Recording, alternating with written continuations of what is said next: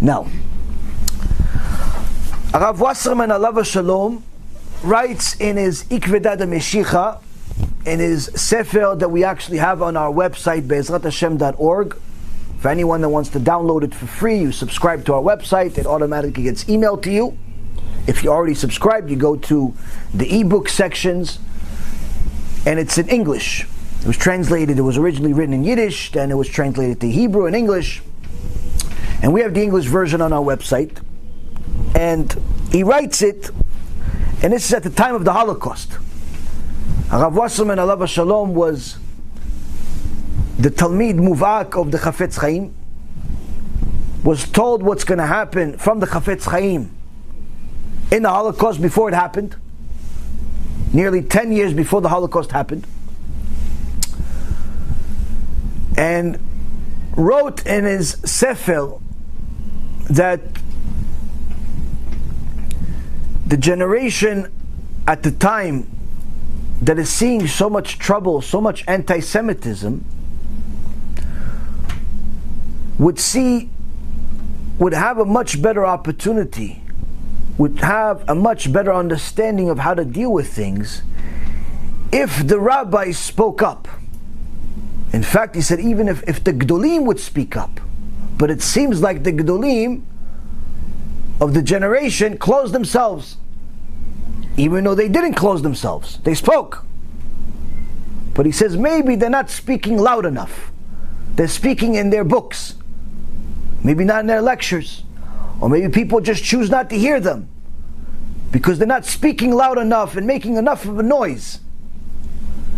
And he says the problem with this is not that the people don't hear the truth, but rather this gives room for the Nevi'eh Sheker of the generation to speak out, for the false prophets of the generations to speak out, the Friedmans and the Goldbergs and the Dror Kasutos of the world and the Sachs of the world and the Mervises of the world and all of the other Reshaim on the list. They have an opportunity to speak. They're Sheker, and they're very good at it. They're the best, actually. He says those shakranim, those liars, they speak telling everybody, oh, don't worry, you're a tzaddik, Hashem loves you no matter what, even if you drive on Shabbat, even if you're married to a goya, even if you're married to a goy, even if you eat taref, Hashem loves you, Hashem understands you, He understands what you can do, don't worry, you're going to be in Olam HaBa, the rabbi is going to save you, this one's going to save you, you're okay the way you are. Rav Wasserman Alav Shalom says these are the Nevi'eh Sheker. And what do you think? Nevi'eh Sheker were only at the times of the Nevi'im, of the prophets? Nevi'eh Sheker are in every generation.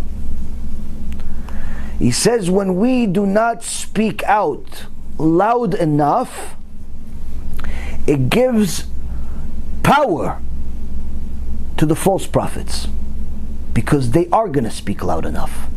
And when they speak, they'll get 1 million views, not 500 or 5,000 views, or even 50,000 views. They'll get 1 million views for their false prophecy. And those false prophets come in the form of rabbis, they come in the form of Messianic Jews, which are really Christians in disguise. They come in the form of full-blown Christians and Catholics. They come in the form of Islam. They come in the form of Buddha. They come in the form of atheism. They come in the form of all types of heresy. And for anyone who is paying attention, you will see that in the last several weeks, especially these last maybe even 2 months, the amount of false prophecy, the amount of Nevi'eh Sheker that have taken the stage and have disseminated their venom to the people has increased dramatically. So much more garbage is being disseminated to the people. Now, part of that is the fault of the rabbis that are not speaking out enough. Many rabbis are telling people, oh, stay inside, don't get sick. Okay, stay inside, don't get sick physically. What about spiritually? Okay, so he's inside watching YouTube all day, a false prophet, so now he's becoming a kofel that's healthy. It was better off he was a dead tzaddik.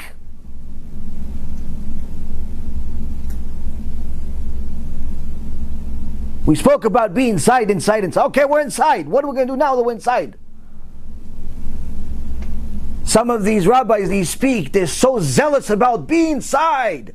Some guy that lives in China made a whole thing. It went viral all over the internet. Every single joke past this text message, this YouTube video. I don't know how many millions of views watched this guy.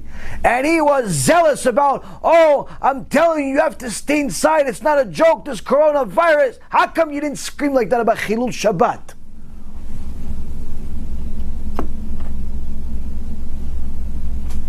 You have to stay inside. It's pikuach nefesh. What? Chilul Shabbat is not pikuach nefesh? Married to a goya is not pikuach nefesh? Eating tarif is not pikuach nefesh? Cash advance and other flawed businesses full of corruption is not pikuach nefesh? How come you weren't so zealous about that, Mr. Rabbi? And all of his friends do the same thing. Stay inside, to protect no minyan, no tefillah, no, okay, fine, you're right. But how come you're not as zealous about the pikuach nefesh of the neshama that stays forever? How come? This Rabotai Karim gives a stage to who? The Nevi'eh Sheker.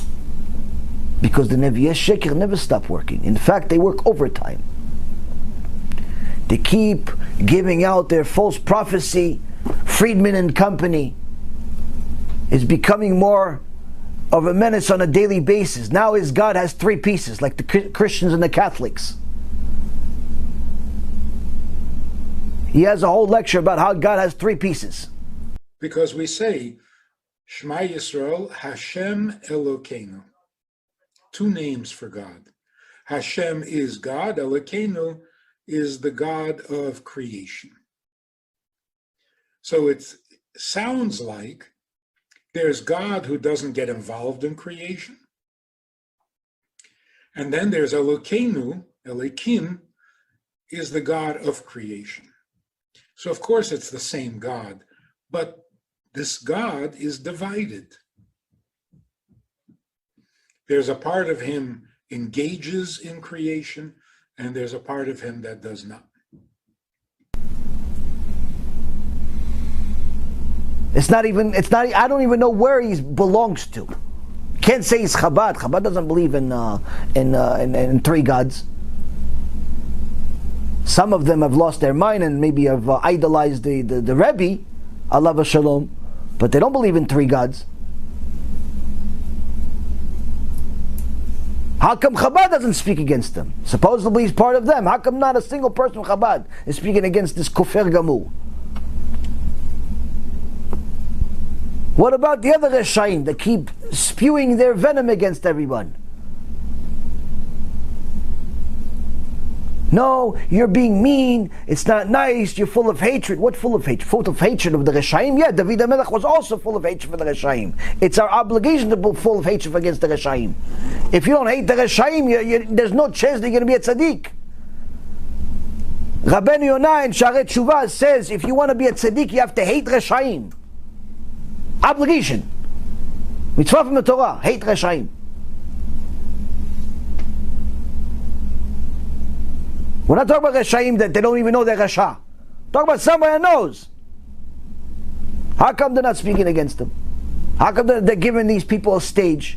How come already an article came out 7-8 years ago about Sachs being a Kufer Gamur, writing that Judaism doesn't have the whole truth, or that Adam v'Chava was a parable, or the Yetziat Mitzrayim was a parable? But what about Adam and Eve? I mean, what do you think about that? Is that symbolic or literal? Well, Adam and Eve is clearly a parable because there was no first human, and there may have been a mitochondrial Eve, but I mean that was somewhere else and in another country, and besides the wench is dead. Exactly so. So no, I mean Adam and Eve are really, I mean if you trace it back 6,000 years ago, obviously the Bible is telling us the story about the first dawn of civilization. I mean, there was art 25,000 years before. So Adam and Eve is symbolic. Yeah. But the parting of the Red Sea, I mean, how do you decide which bits are symbolic? Very simple. The rabbis in the 10th century laid down the following principle. If a biblical narrative is incompatible with established scientific fact, it is not to be read literally. How come he still gets a stage by Orthodox Union and other big Jewish organizations? How come Ephraim Goldberg is getting the stage along with him, two Reshaim together? Wanted to invite a Catholic missionary to a synagogue with 1,000 families. How come he's still getting the stage? Dror Kasuta tells people to go smoke marijuana before they learn Torah if it gives them nice chizuk. I'm holding grass, weed, marijuana as medicine, as drug that is a real medicine. And you need to know how to use it and when to use it. And if your senses are strong and pure and powerful, so you can know it about yourself. You can have a self-awareness to know if it's building you or destroying you, if you're using it for a good cause, or if your evil inclination is using you to kick you down to sadness and to many lackings that it can bring. Person now, in a certain stage of his life, is using a certain drug in a good way that is building him, that is supplying something good for him in his life, still, that's my thought, I think that it is only waking him up. How come he's still getting the stage? How come nobody's speaking against it? How come I have to speak against it every time? People think like I like this, I hate this more than anything else in the world. But this is Torah, Rabotai. Rule number 1, stay away from sin. Then do mitzvot. Why? Because if your mitzvot are full of averot, you're still going to go to Gehenom anyway. The point is, Rabotai, is we have to know Jewish ideology doesn't play games. It's not a joke. It's not something here, something there. It's not shakshuka. Every time it tastes different. For anyone who doesn't know, shakshuka is a Middle Eastern dish with some eggs. Forget it. Very tasty. Anyway, Rabotai, it's very important that we know that speaking against the wicked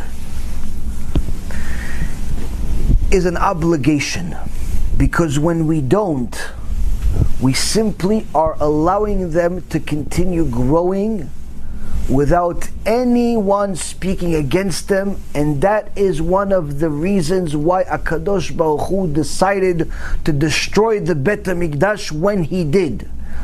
On Mondays and Thursdays you pray differently than you do the rest of the week. You add some parts to your prayer and your siddur, and one part of it, you see, it's a Gemara. It starts with Abaye. Abaye says, Anshe Emunah Avadu. Abaye says, men of truth are lost. The Gemara in Masechet Hagigah says, what does it mean? What is Abaye talking about, men of truth are lost? It says that HaKadosh Baruch Hu looked at the world at the time of the Bet HaMikdash. He says there's no men of truth, no men that will fight for the truth anymore. That means they're not going to do tshuva the ordinary way. I must destroy the Bet HaMikdash to get them to do tshuva. If they don't learn from the rabbis, I have to teach them, Hashem says. If we don't speak against Reshaim, HaKadosh Baruch Hu has to make things worse.